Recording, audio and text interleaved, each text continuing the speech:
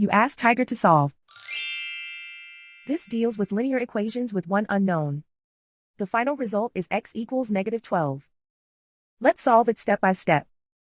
Simplify the expression. Group all constants on the right side of the equation. Add 30 to both sides.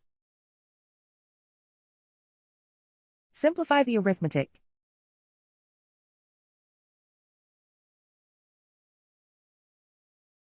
Isolate the x. Divide both sides by -2. Cancel out the negatives. Simplify the fraction. Move the negative sign from the denominator to the numerator.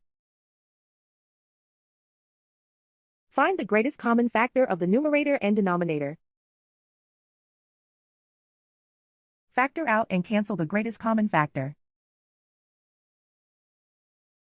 And so the final result is x equals -12.